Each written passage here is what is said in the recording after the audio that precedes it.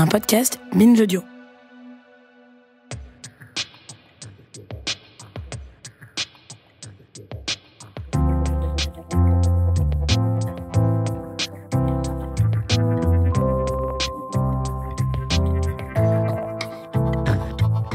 Salut, c'est Thomas Rozek. Parfois, à force de dire, de répéter, de faire entendre les cris d'alerte réguliers de celles et ceux qui, notamment dans la fonction publique, souffrent de voir leur boulot se dégrader chaque jour, à force donc de relayer ce désespoir grandissant, on peut avoir l'impression que tout ça ne sert à rien, qu'un mouvement, qu'une protestation chasse l'autre sans influer finalement sur le cours des choses. C'est souvent à ce moment-là qu'on se rappelle que ces combats, ils portent en eux un tel dévouement à l'idée de ce qu'est censé être le service public qu'à force de défaites, ils coûtent des vies. Il y a un an tout pile, le 21 septembre 2019, c'est dans le monde de l'éducation que la mort a frappé. À Pantin, en Seine-Saint-Denis, près de Paris, dans l'école Méhul, le corps de la directrice Christine Renon est retrouvé. Elle a choisi de mettre fin à ses jours, là où elle a passé l'essentiel de sa vie professionnelle, et de signer son acte, d'en détailler les raisons au travers d'une lettre rendue publique dans la foulée selon son souhait. Un an plus tard, que reste-t-il de la mémoire de ce geste qui avait choqué l'opinion ? Que reste-t-il de Christine Renon, cette directrice épuisée ? De quelle façon son souvenir peut aider le monde enseignant à faire entendre ses luttes et son besoin de reconnaissance alors que vient tout juste de débuter une année scolaire encore plus compliquée que d'habitude ? Ce sont quelques-unes des nombreuses questions qu'explore la série en 4 volets que nous vous proposons de découvrir toute cette semaine. Elle est signée Rosen Le Saint et Geoffrey Puitch et le premier épisode arrive tout de suite. Bienvenue dans Programme B. Une directrice d'une école maternelle à Pantin, en Seine-Saint-Denis, a été retrouvée morte ce matin dans l'enceinte de l'établissement. Elle s'appelait Christine Renon, elle avait 58 ans. La ville de Pantin, en Seine-Saint-Denis, sous le choc, une semaine après le suicide d'une directrice d'école maternelle. Suicide qui secoue le monde enseignant. Dans sa lettre, Christine Renon raconte la lourdeur du quotidien, l'absence de soutien hiérarchique, les réformes qui s'enchaînent. Elle s'appelait Christine Renon, une directrice d'école de Pantin, en Seine-Saint-Denis.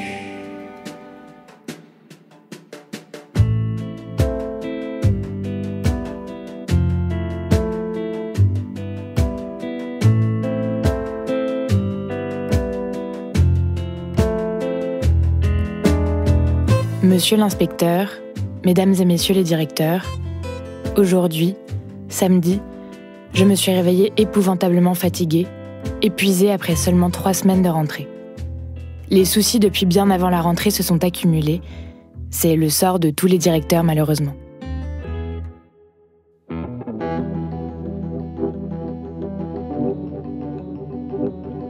Pendant 10 ans, j'ai enquêté sur ceux qui perdent la vie à la gagner. Je suis journaliste et ma spécialité, c'est la santé. Mes premiers articles, c'était même sur la santé au travail. C'est comme ça que je suis devenue un peu experte en burn-out. Alors forcément, le suicide de cette directrice d'école de Pantin m'a marquée. Mais un an après, j'avoue, comme beaucoup, j'avais oublié son nom, Christine Renon. Mais pas son acte, ni sa lettre. Une lettre de 3 pages que cette directrice de l'école maternelle Méhul à Pantin, en Seine-Saint-Denis, a écrite avant de se suicider, le 21 septembre 2019. Je me suis dit que si même moi, j'avais oublié son nom, il y avait quand même de fortes chances pour que son histoire, qui est pourtant symbole du mal-être enseignant, soit aussi tombée aux oubliettes. Alors on a voulu raconter qui elle était, ce qu'est devenu le métier de professeur des écoles, et comment son travail, qui la passionnait, a fini par la pousser à se donner la mort. Je me suis d'abord demandé pourquoi, alors qu'elle se sentait épouvantablement fatiguée, comme elle l'écrit, elle a pris la peine de rédiger cette longue lettre. En fait, l'intention de Christine Renon, c'était d'expliquer son geste, qu'on sache ce qui l'a poussée à bout. Alors on a choisi de respecter sa volonté en parlant d'abord de son courrier. Christine, elle devait le savoir, puisqu'elle a envoyé une 30aine de courriers. Dominique Renon, son frère. Donc elle savait forcément comment les choses allaient se gérer. Puis elle demande aussi à l'Éducation nationale de ne pas salir son nom. Ça nous a pas mal marqué. Donc je pense qu'elle a pris à témoin beaucoup de personnes. Bon, c'est un geste très violent, mais c'est un geste militant. Violent, parce que Christine Renon s'est jetée dans le hall de l'école maternelle. Mais elle avait tout prévu. Elle avait laissé un mot à la gardienne pour la prévenir de ne pas entrer et d'appeler les pompiers. Son geste était très calculé. Bien sûr qu'elle a voulu épargner la gardienne. Elle était assez proche, en plus. Ouais, tout était calculé, quoi. C'est ce qui rend d'ailleurs le geste encore plus tragique. Parce qu'elle a eu la force de faire tout ça. Comment a-t-elle fait ? Enfin, voilà. Bon. Ça, on ne le saura jamais. Moi, ce qui m'a frappée, c'est qu'elle ait pris la peine de tout faire pour que la personne qui allait ouvrir la porte ne trouve pas son cadavre. Marie Peuzet, responsable du réseau de consultation Souffrance au travail. Ces gens-là sont tout à fait bouleversants parce que jusqu'au bout, ils font preuve d'humanité en face d'une administration qui n'aura qu'un souci, se dédouaner de sa responsabilité. Et donc là, je voudrais en profiter pour rappeler que dans le droit privé comme dans le droit public, depuis 2002, l'employeur, privé ou public, a ce qu'on appelle une obligation de sécurité. Il est responsable de la santé physique et mentale de ses salariés. Et donc, à l'hôpital, dans la police, dans l'éducation nationale, dans toutes ces administrations qui se croient à l'abri, parce que le droit public est complexe et que l'État protège l'État, eh bien, malheureusement, pour les gens qui s'illusionnent, le lien peut être fait avec le travail. Alors que du côté des jurisprudences, on voit tomber de plus en plus de condamnations. Celle de France Télécom, condamnation à des mois de prison ferme, marque un sacré virage. Pour ne laisser aucune place au doute, Christine Renon a choisi de se tuer symboliquement dans l'établissement. Parce que se donner la mort à même son lieu de travail, c'est aussi un message en soi. Je vais vous dire que ça ne m'a pas surprise. D'abord parce que depuis les années 2006, nous avons vu apparaître ce qu'on appelle en psychopathologie du travail les suicides dédicacés, ceux qui ont lieu sur le lieu du travail, qui est une manière de signifier à l'institution ou à l'entreprise pour laquelle on travaille qu'on meurt des conditions de travail qui sont faites dans cet endroit-là. Bien sûr, Christine Renon a laissé de surcroît un courrier très explicite. C'était une femme intelligente, très impliquée dans son travail.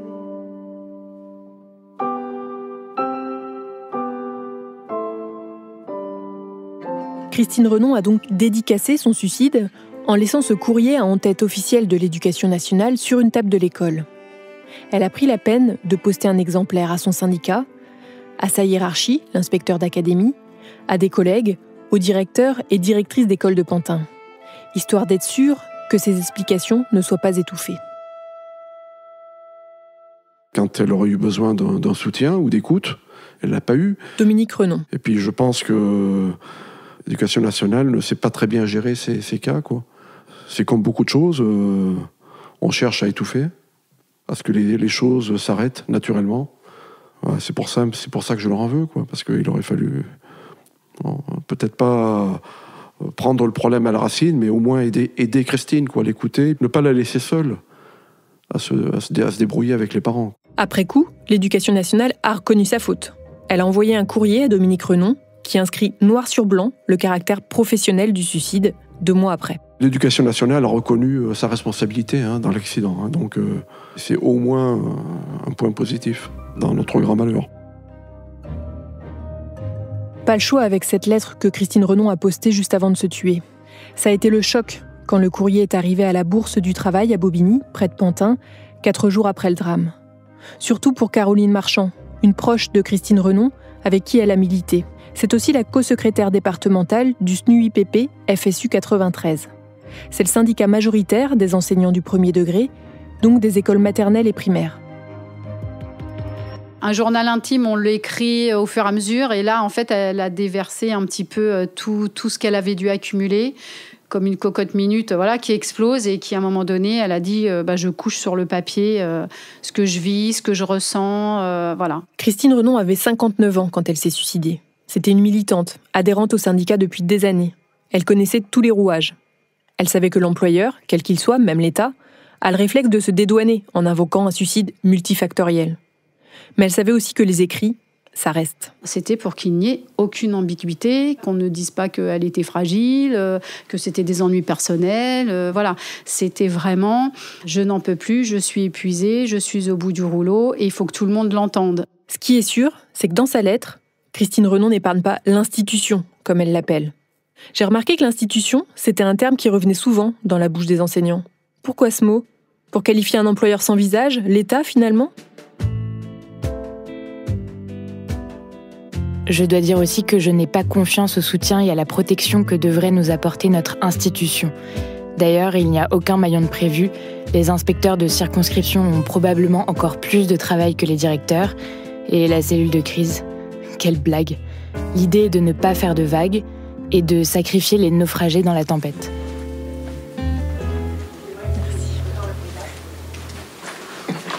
Merci de me recevoir dans votre journée marathon. Pas de souci. Indépendant de ma volonté, comme dirait Christine. Le ministre ayant décidé de faire une réunion pour différentes choses. J'avais demandé une interview de Jean-Michel Blanquer, le ministre de l'Éducation nationale. Bon, j'ai eu le directeur des ressources humaines. C'est pas si mal déjà, c'est quand même le premier DRH de France, puisque l'Éducation nationale est le premier employeur du pays, loin devant Air France, Carrefour ou bien les banques.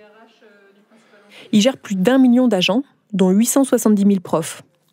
Et parmi eux, quasiment la moitié enseignent dans les écoles maternelles et primaires. Vincent Sautemont revient justement d'un rendez-vous avec Jean-Michel Blanquer, rue de Grenelle à Paris. Lui aussi évoque l'institution. Alors je lui ai demandé sa définition à lui. Oh, c'est un beau collectif, non ? Derrière l'institution, il y a un collectif. Moi, j'aime bien cette idée de collectif. On appartient en plus, je suis là depuis 1 an, j'ai l'impression d'appartenir à une famille, quoi. Un collectif, je trouve c'est rassembleur, vous voyez ? Ça n'exclut pas en tout état de cause. Donc moi, j'aime ce mot, dans ce côté collectif. Et j'appartiens à l'institution et j'en suis fier. Le hasard fait que son histoire à la tête des RH du ministère est étroitement liée à celle de Christine Renon. J'ai pris mes fonctions, je me souviens très bien, c'est le jour où malheureusement on enterrait Christine Renon. Ça marque inévitablement. Ça fait déjà 9 jours que la lettre de Christine Renon circule sur les réseaux sociaux.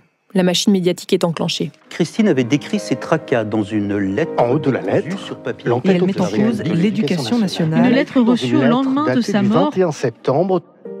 Là, l'État ne peut pas rester sourd ni muet. Un chiffre, d'habitude tue, est révélé. Son écrit, le lieu, etc., a obligé l'institution à se pencher, à révéler certaines données sur la question du suicide au travail et de la souffrance au travail. Marie-Hélène Plard, co-secrétaire du SNUIPP FSU 93. C'est une donnée qui n'est pas du tout travaillée, prise en compte dans la fonction publique en général et dans l'éducation nationale en particulier. Même sur les chiffres 2018-2019, les 58 annoncés ne sont que les suicides qui ont été reconnus imputables au service. Donc ça veut dire qu'il y a eu une démarche des ayants droit pour faire cette reconnaissance. Donc le chiffre est sans doute beaucoup plus élevé parce que c'est pas forcément c'est que la partie immergée de l'iceberg. Le chiffre est lâché. Plus d'1 agent de l'Éducation nationale par semaine se tue à cause de son travail. Autant que les policiers finalement, qui passent souvent à l'acte avec leur arme de service. Un jour, j'ai interviewé un syndicaliste policier et quand je lui ai demandé combien d'agents s'étaient tués depuis le début de l'année, il a regardé son calendrier pour me répondre. Ça m'avait marqué. C'est comme ça depuis des années. Alors ça fait 1 an que Christine Renon est morte, et on est semaine 39. Ça veut dire que 39 profs se sont suicidés depuis le début de l'année ? J'ai demandé les chiffres actualisés au DRH, Vincent Sautemont. Je n'ai pas les chiffres 2019-2020. Ils sont en cours de consolidation. Et ce que je peux dire simplement, c'est que manifestement, on a plutôt des chiffres en baisse, mais j'attends d'avoir une consolidation, c'est-à-dire regarder dans le détail ce qui s'est passé. On ne se réjouit pas pour autant. Je veux dire, chaque cas de suicide, c'est un cas dramatique. C'est derrière tout ça, c'est chaque cas de suicide est inacceptable par définition. Voilà. Et donc, ça appelle effectivement... comme on l'a fait, donc une mobilisation de l'institution. Donc je ne vous donnerai pas aujourd'hui ces nouveaux chiffres. On sera amené à être transparent à nouveau et à commenter ces chiffres. Mais sur les 10 dernières années, est-ce que vous avez une idée de l'évolution ? Parce qu'il me semble que c'était la première fois que vous donniez justement ce chiffre pour la rentrée 2018-2019. Donc pour jouer la carte de la transparence, ils étaient de combien à peu près chaque année ? On n'avait pas de recul, souvenez-vous. On n'a pas pu donner de profondeur parce qu'on n'avait pas de chiffres fiables. Donc on a préféré ne pas trop se prononcer effectivement sur une tendance, sur une évolution. La lettre de Christine Renon a quand même ouvert une brèche. Elle s'est retrouvée de manière peut-être sans l'avoir réfléchi, porte-parole de la souffrance au travail de tous les personnels de l'éducation nationale. Caroline Marchand, du SNUIPP FSU 93. Pourquoi, du coup, ça a eu un retentissement aussi grand ? C'est parce que dès qu'on lisait cette lettre, on avait vraiment l'impression que chacun d'entre nous aurions pu écrire un des paragraphes parce qu'on se retrouve seul, soit enseignant en direction d'école, maître formateur, enseignant spécialisé, à des difficultés de plus en plus nombreuses, à des enfants en souffrance. Et dans notre département en particulier, dans le 93, les services publics sont tellement mal en point qu'il n'y a que l'école qui porte tout ça à bout de bras.